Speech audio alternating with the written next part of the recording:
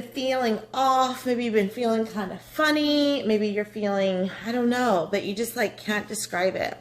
Maybe you're hitting a lot of highs and a lot of lows, a lot of high frequencies and low frequencies. Like maybe you just feel like you're out of sorts, right? What I want to say to you is like, you're not crazy. You're also not alone. You're not crazy and you're not alone. If you think about it right now, we are in, like the cup. My employees call me boss lady too. I love it. Right now we are in, pre-shadow. Pre-shadow for Mercury Retrograde. I believe retrograde is starting on the 27th. My girls have been acting a fool the last 2 days, driving me nuts, and it's not their normal. And yes, energy is off. The full moon is tomorrow. We're in pre-shadow for Mercury Retrograde. And the world is kind of in a crazy place right now. And, you know, the last couple of days, we've been talking about the throat, the heart, and the solar plexus, but we never really talked about empathy. And having an empathic ability. How many of you would consider yourselves to be an empath? How many of you would consider yourselves to be an empath? Yes? No? Don't know what it is? Tell me.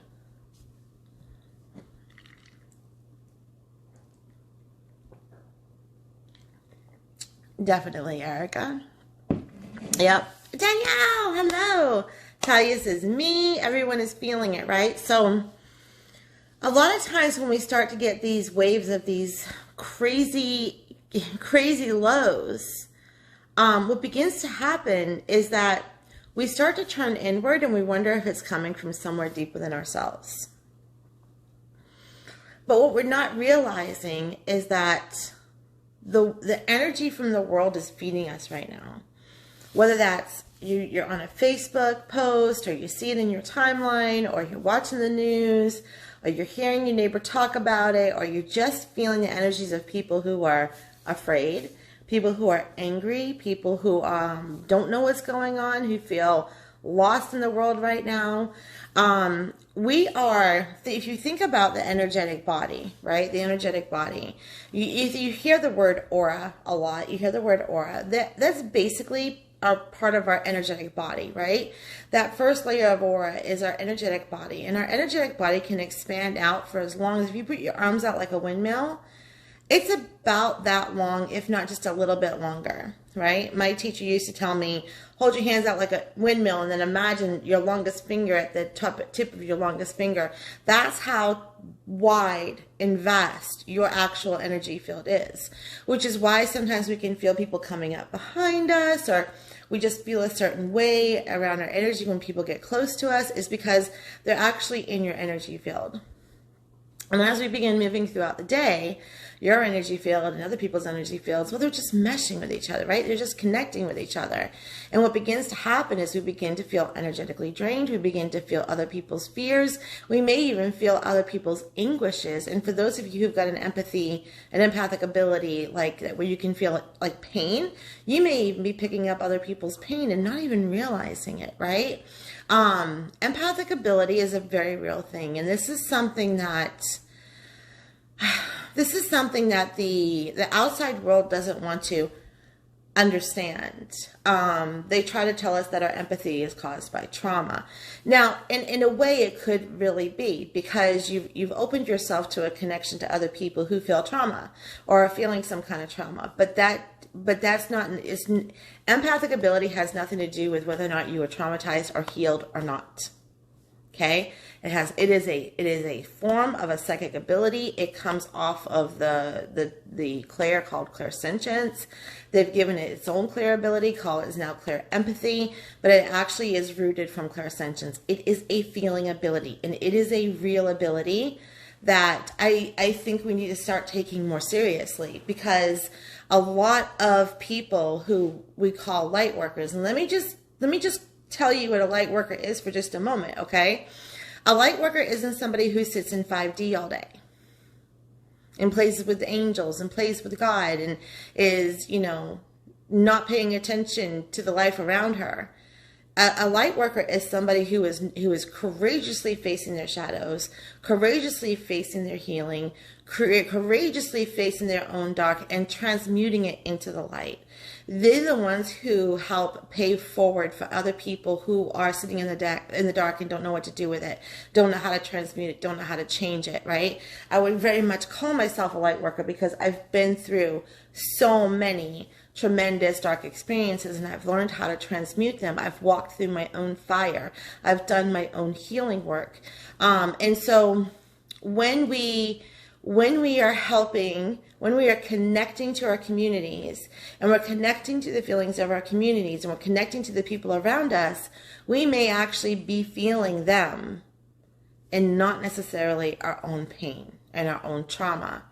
And with empathic ability, that can be really hard when you're first connecting to it to ascertain whether it's from me or if it's from the world, or what am I supposed to do with this? What am I supposed to do with this energy? Am I supposed to hang on to it? Like, how am I supposed to be dealing with this energy? So one of the things that I want to say is that in Esoteric Emergence, Kristen Atkins, it's so good to see you. In the beginning of Esoteric Emergence, we are going to be talking about the whole idea around grounding, pulling up from the earth, powering up, how we can protect our empathic ability, how we can connect to it in a very blissful way, how we begin to understand empathic ability, and how we begin to use it to power ourselves up, if not just ourselves, but their communities as well, right? Because it's such an important, I'm an empath. I attract other empaths. Most of the people in my groups and most of the people in my surroundings, they're empaths. So I think it's a very important, as we start Esoteric Emergence, it's very important to talk about those basics of grounding, what protection is, pulling up from the earth's energy, calling energy back, sending energy out, pink light, and empathic ability.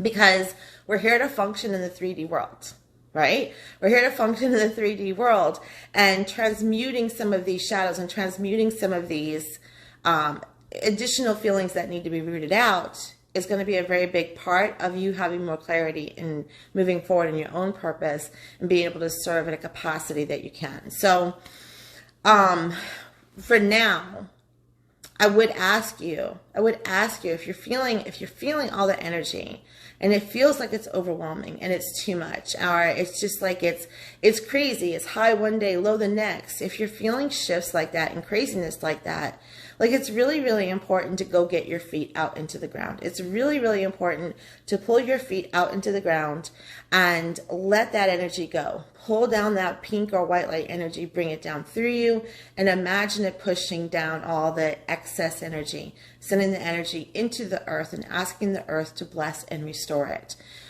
I always like to use the phrase, this feeling does not belong to me. I send it down into the earth. I send it down into the earth to be healed by Gaia so that she can do her thing. She can energize this energy, heal it, send it back out into the world.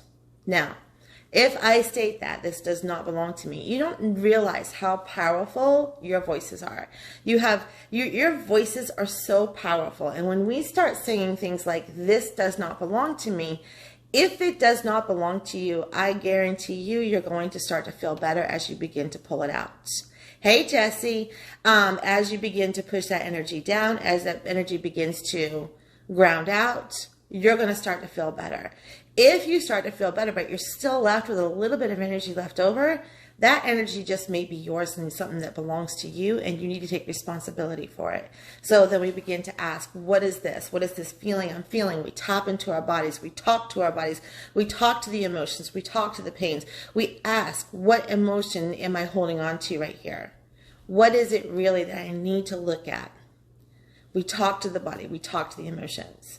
Does that make sense to everybody so far? Anybody have any questions around this, around empathic ability, around grounding? Does anybody have any questions around that?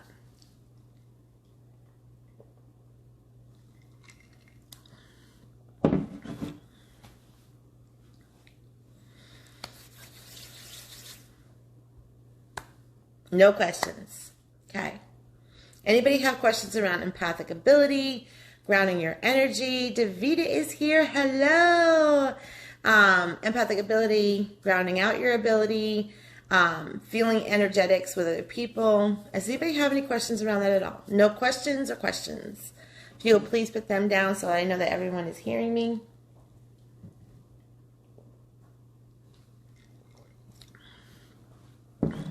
Winter is coming. So I'll need to figure out grounding again without being outside. So, you know, we're going to talk about this because this is really, really important. Let me go ahead and just, as Jessie has stated that, I think that's a really important point. You do have questions. Go ahead and pop them down. So one of the things that we're going to talk about tonight, and I'm going to go ahead and just introduce it right now, is I'm going to introduce the word imagination. Okay? Now, a lot of people... Okay, how can I best state this? Your imagination center of the brain is your communication center with the divine. Your imagination center of the brain is how we effectively communicate with the divine world. So, when we set an intention, or when we create an imagery in our mind, or when we create an imagery or a feeling in our body, basically what we're doing is we're stating that intent to source. We're stating that intent to the universe. This is what I'm doing, right? So a lot of times you hear about people who can very well visualize. They can visualize themselves sitting in a green field of grass, sending the energy through and actually trying to feel the grass underneath them, pull the energy out through their tailbone or through their feet, and grounding that energy out. So for those of you who are covered in snow for the winter seasons and you can't sit outside with bare feet in the snow, I know I've been there, you can literally do it on your floor. It's literally sitting down or standing up even on the floor and just imagining, this is for people who can visualize really well, imagining that you are standing in a green field of grass. You almost kind of pull to feel the dirt underneath your feet or the grass underneath your booty, whatever you're doing, sitting or standing, and you pull that energy down just as you would if you were sitting outside in it. And then you pull up from Mother Earth. You pull the energy down to be healed, and you revitalize with Mother Earth coming up. Okay? You could also, if you're having a hard time with visualization, like maybe you're having a hard time putting yourself in the grass. Water is also a conduit for energy, but it can also help you ground energy. So baths, salt baths, Epsom salt baths are great for grounding your energy. They're great for grounding your energy. Showers, and with a scrubby, and just imagining, or just like as you're pulling and doing the scrubby out of your body, you're pulling the toxic energy out, and you're sending that energy out into the drain. So there are different ways that you can ground, and we will definitely be talking all about this within Esoteric Emergence as well, because my whole point with Esoteric Emergence is we're going to be developing all the psychic abilities, but it's not just about developing psychic abilities. It's about learning how to manage them in the 3D world. Because we need to be in this 3D world. We need to be active in our purpose in this 3D world. Yes, we want to get into the 5D, 7D dimensions so that we're creating intention, we're connecting with our guides, we're connecting with our divine teams, we're connecting with source, we're connecting with our higher self, but we want to be able to bring those transmissions down into a 3D environment so that we begin to change the 3D environment in front of us and effectively begin changing our communities and standing in our purpose, right? So I hope that helps you, Jessie. Okay. I don't like to go to certain places because I can feel their negative feelings. Do you have to go to those places, or are you making a choice to go to them regardless? Okay, hold on. I hate the way Facebook jumps sometimes. I don't like to go to certain places because I can feel their negative feelings, or I can feel when somebody feels a type of way about me.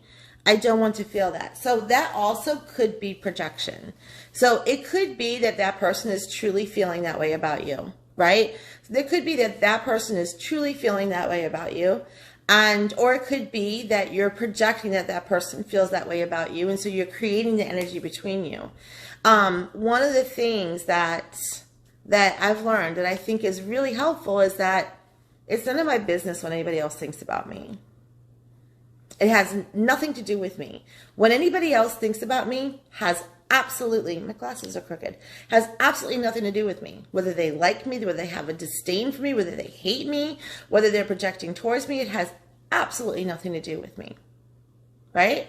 So one of the things that I do is when I have to go into places that need a lot of healing, if I have to go into places that that feel dreadful or painful to me, because I know that you go for work, right? There's a lot of things going on in your community right now, and if you have to be there, and I will do this if I go do like a clearing on a house or something to that matter, where I'm trying to help the people in the house, is instead of going with the oh my God, I don't like coming here because it feels so bad, because all that does is create more energy of feeling bad. It creates more energy to where you're going and feeling bad, and it becomes to magnetize towards you, right?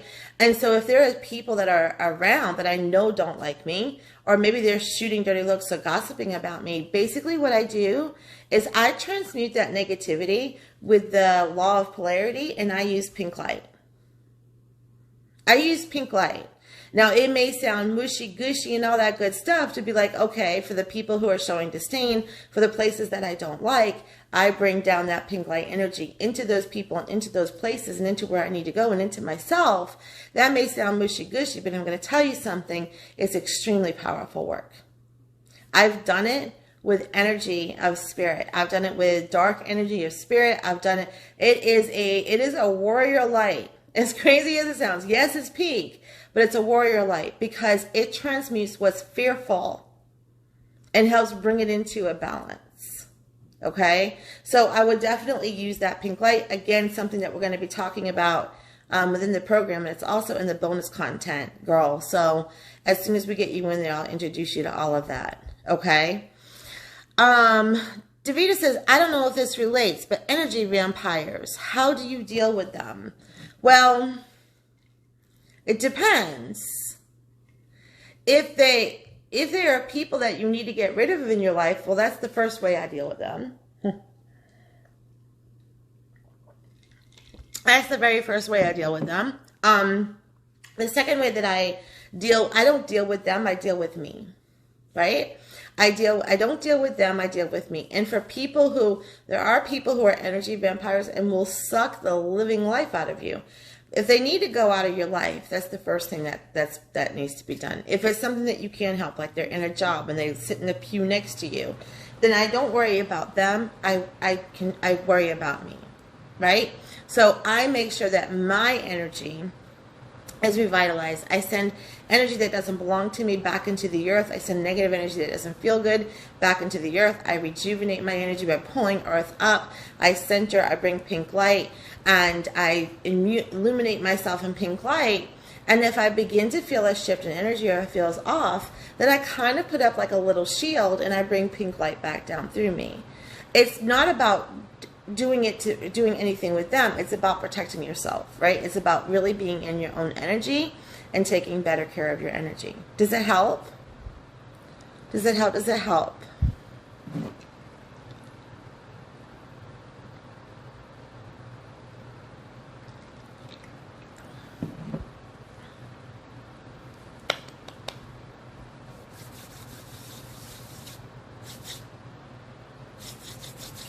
Takes so long. I don't know if we're going to have Facebook join the live again. I guess they joined the live yesterday to monitor my live and my content. I guess they wanted to make sure I wasn't saying anything about COVID or the vaccine. So I don't know if we're going to have them jump on again, because as I was on live yesterday, I couldn't see that they jumped on. Tanya was able to let me know that they jumped on. I wasn't able to see it. So if you see them on here, don't know what's happening. I don't know what's happening. I'm sorry. Okay, not seeing any other comments. Davida, Danielle, let me know if those solutions kind of helped you. My thing is jumping all over the place. So I don't know if you're answering or not answering. Okay. Can somebody say hello to me so that I know that the feed is working? Yes, thank you. Good. Okay.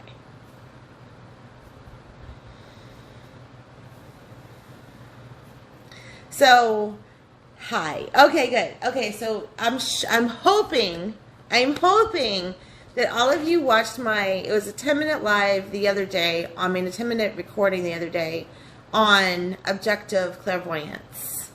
Hello. Okay, good. I'm hoping that many of you watched that video on objective clairvoyance, because there is an illuminating amount of people who talk about not actually being able to tap in to their inner vision, or having a really hard time with creating visions. And this, of course, is third eye related, right? Having a hard time creating visions, or having a hard time seeing things clearly.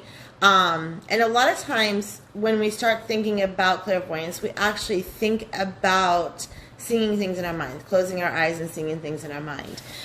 If you are having trouble with that, please go watch that video. It's 10 minutes long. There's two different forms of clairvoyance. There's a subjective clairvoyance, and there's an objective clairvoyance. And so a subjective clairvoyance is basically where you can see things within the mind's eye. You close your eyes, you can create great visuals. There's a lot of color and pop. You can see things. You may close your eyes at night. You may also have a lot of dreams. But for those of you who have like an objective clairvoyance, you see differently. It's like you see out here, right? Hey, Patty, good to see you. So clairvoyance is going to be one of the things that we're going to tackle in a beautiful way in Esoteric Emergence. And I'm super excited about this, because it's not just about receiving information from the divine and actually seeing images from the divine, but it's also about creating those visuals for yourself. And for each person, in the way that your gift works, we can use some very powerful exercises to help you create visuals and help you connect to that beautiful imagination, because the third eye and the crown chakra are going to work mostly within your imagination center of the brain. How many of you have seen Harry Potter? It's like the last movie when Harry dies and he's sitting, I can't remember the train station or where he was, and he sees Dumbledore and he's up in heaven, his version of heaven. And he says, Dumbledore is this my imagination, or is it real? And Dumbledore says, of course it's real, Harry. Or of course it's in your imagination, Harry, but why in the world would that make it not real?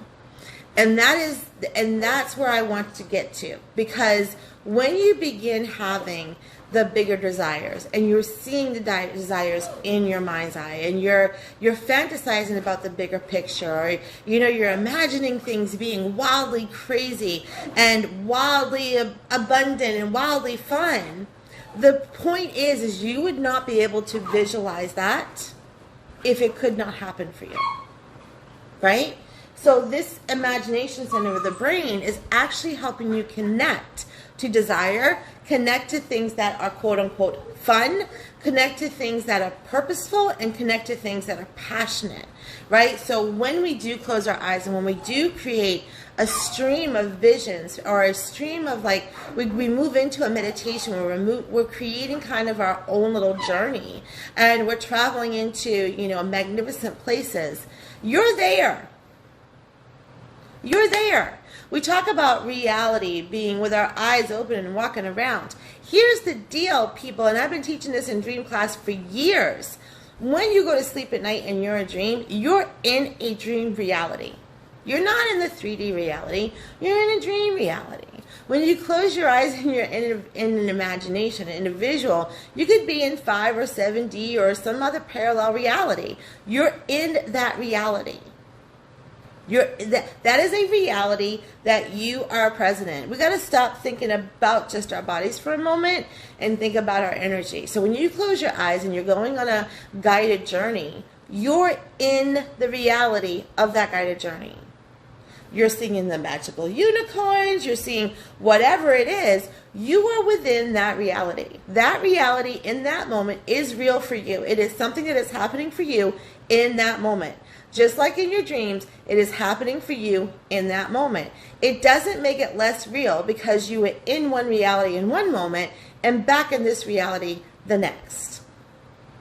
So when you have these visuals, when you have these fantasies, when you have these ideas, when you can see them and when you can play with them and when you can like dance with them with your eyes closed, that's letting you know that you can take that vision and create it in the 3D reality.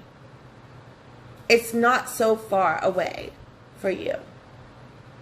But we get into this idea, we've been taught to get out of our heads, get out of our imaginations, you're a dreamer, yada, yada, yada. That was what my parents used to tell me.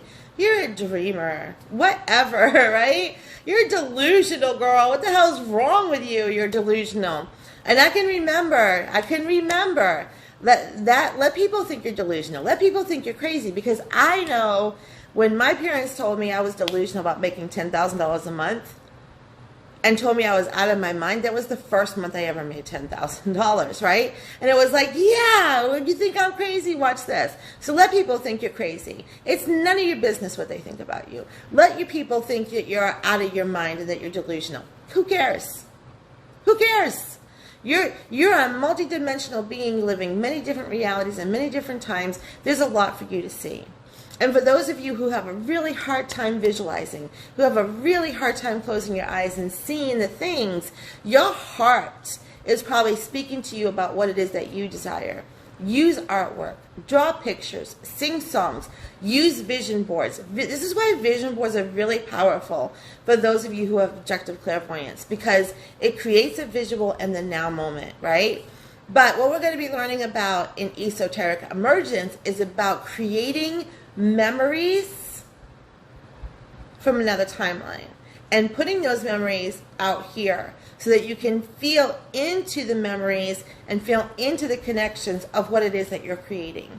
Because I love working with people who have a hard time creating visions in their mind too. Because when you start connecting to your true clairvoyance, it is freaking magical. It is so powerful and it is so magical. I love it. Like it gets me so excited. Because I was somebody who had objective clairvoyance. When I was a kid, I could feel things and I could hear things, but it was like if I closed my eyes, I couldn't see them, right? And I started realizing that I was seeing things out here, but not in here. And when I began to understand my clairvoyance, it made all the difference for me in the world. All the difference for me in the world. So if that's you, you want to be in this program. I'm telling you, if you're an empath, you're having a hard time navigating through this stuff, you want to be in this program. If you are a clairvoyant and you're having a hard time seeing in your mind's eye, you want to be in this program. You want to be in this program. If you're really just wanting to develop into your purpose and see it, you want to do this program. Because another area that we're going to be working on is your crown chakra and your claircognizance. What is claircognizance? Someone asked me that the other day when we were talking about clairaudience. Let me get some water.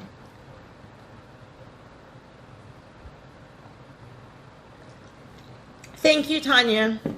Tanya has just dropped the link to Esoteric Emergence. It's a quick little page. We don't create 500 long sales pages. I just don't do it. I like to talk to you about it and go, here's the page, so you can understand what it is. The great thing about Esoteric Emergence too is that we are actually taking the whole program off of Facebook. We're taking the whole thing off of Facebook. We have our beautiful membership portal. We're also going to be using Telegram and Zoom so that we can create a real community where we can talk open and not be censored. So important to me to not be censored, especially as we're talking about real life and the things that are happening in this world right now. I want people to be able to express themselves freely in an open space, right? So we're going to be talking about this claircognizance. What is claircognizance? Claircognizance is a channeling ability. It's a channeling ability. People who are the highly developed claircognizant ability are channels, right? That may mean that they're downloading a lot of information, channeling information as a download, and receiving that in their own voice or receiving that in a vision. Or some of them are actual, oh my God, what's the word? are actual channels, physical, we'll just call it physical channels right now, where spirit comes in, takes over, and uses your body. There's several different kinds of channels. But basically what your claircognizant center is for is to receive divine information. How many of you have ever written something, and when you wrote it, you're like, and you came back like maybe a week later or a year later, and you're like, oh my God, I wrote that? That sounds so good. Damn, look at me, I'm smart. Or you're in a conversation with somebody, and then, you know, they're going through something, and suddenly like knowledge is pouring out of your mouth, and you're like, I know that, but where do I know that from? Like, where did that come from? That's literally information that's either been downloaded through you or channeled through you, through your claircognizant center. It's not something that we think about and then say. It's just something that we do. We may write it out, or we may say it. It's kind of spur of the moment. It shows up in the most craziest times when we're either writing, drafting something out, or speaking, or in conversation, or when we're in community, right? Like for me, I mean, I've been in full-on channels, or not in full-on readings with people, not realizing I'm channeling, not realizing it. And next thing you know, I'm working as a medium. I'm helping bring somebody's grandmother through, and I'm suddenly kind of talking like her and saying words like her, and I don't even realize it. Don't even realize it. I've done it on radio. People are like, you had a whole different voice, and you were speaking just like an old English woman. Didn't even realize it, right? It is kind of crazy. Or you may wake up like one of my clients and find out that you've been writing stuff down in the middle of the night, in the middle of a notebook somewhere, and you wake up the next day and you're like, when the hell did I write that? That's like a physical channeling. But there's also the natural channeling, which so many of us do. And that's oftentimes when you know you've had really powerful dreams and you wake up and you can't remember a detail. It drives you crazy. And no matter how hard you try, you know you had a strong dream. You know it was in color. You know it was visual. You know there was something about this dream. But when you wake up, it's gone from your conscious mind. It's just gone. It's basically like storing information inside your noggin so that when you need it, it's available. It's powerful. Claircognizance ability is one of the ones that a lot of people have a hard time defining and recognizing whether or not this is their ability. But when you do, it's really powerful, because then we can begin to differentiate truly what is coming in from the divine and what is you. And oftentimes they're not too far apart. Because, why? Because you're divine, right? Okay, what questions do you have for me? Questions, thoughts, feelings that you have for me that you want to throw down right now?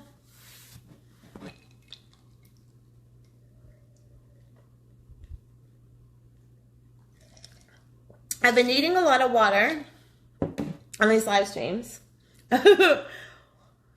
Phew, and it's probably because I'm energetically working. I'm energetically working. Spirit's working through me. They're here with me. They're giving me all the details. I really would love for you to come join Esoteric Emergence. It is probably going to be a huge signature course for me that I can see running again and again. But it'll probably be a year apart. And I would love to have you join the very first round of this. I'm so excited about the channelings that have been taking place and what Spirit's been giving me and how Spirit's showing up to lead me through this program. It's 9 weeks, 12 sessions, 12 live sessions with content drops. There's already bonuses. For those of you who sign up for the early bird, there's already bonuses up. And we're going to be getting everybody in that program probably tomorrow or Tuesday. What is it called when you have visions or dreams? And those events happen later, even years later. That's called a psychic event. It's a psychic vision. It's third eye.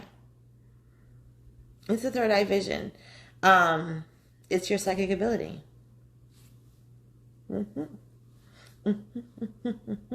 We may even put in a little piece about dreams. I don't know if we're going to have enough, but maybe I'll throw in some stuff around dreams as well.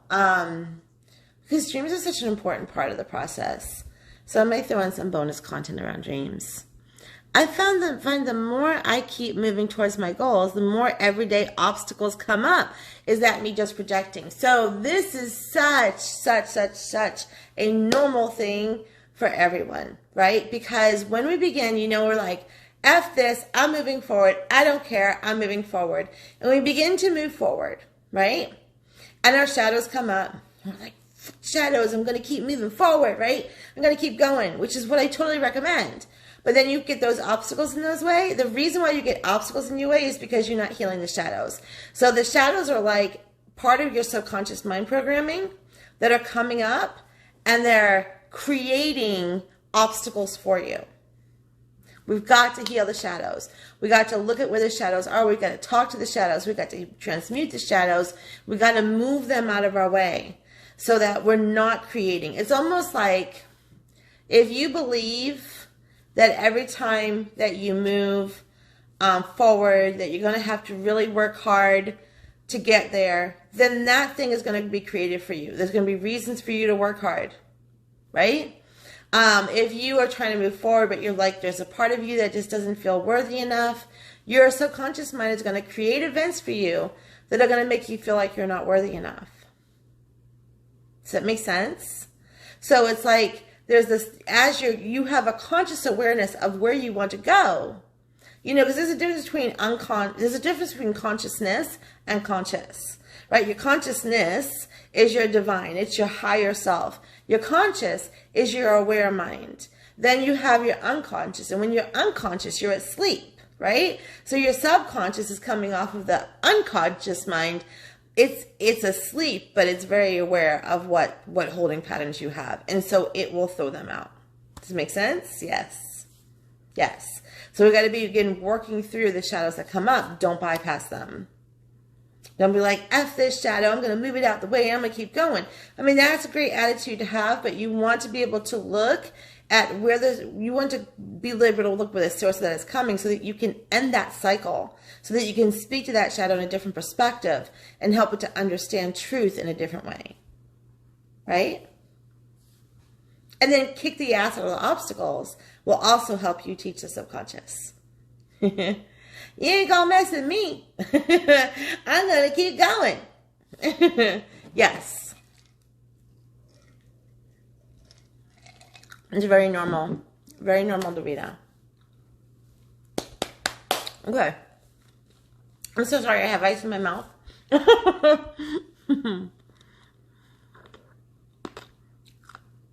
Is there an intro book for this stuff? No, I need to write one. I probably need to write one. You should come join me for Esoteric Emergence, Erica. That's what you should do. You need to message me and come and join me for this because it's powerful stuff.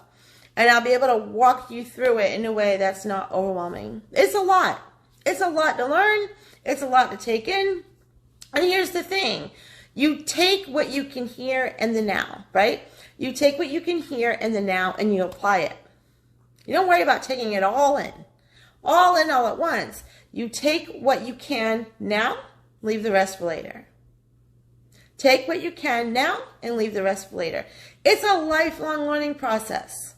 It's a lifelong learning process. It's not, yay, But I will tell you that through this program, look, I'm clearing energy myself. Through this program, you're literally going to be able to learn what you need to in this moment to help things begin to move smoother, to begin to really connect deeper within yourself and the gifts that you currently have, right? So it's like, you don't have to be, you're going to be thrown in, but you're also going to be able to take it at a rate that can help you along, okay? And we'll start with an intro. Yeah, can you get on that already? Can I get on that book already? I know. If you saw the list of to-do things I had to do today that have not gotten done, it's unbelievable. It's unbelievable. I know Tanya's getting ready to kill me. I do know that. But yeah. I love you guys. I have enjoyed this with all of you. We did not send out the day 5 email because that was part of my to-do things that didn't get done today.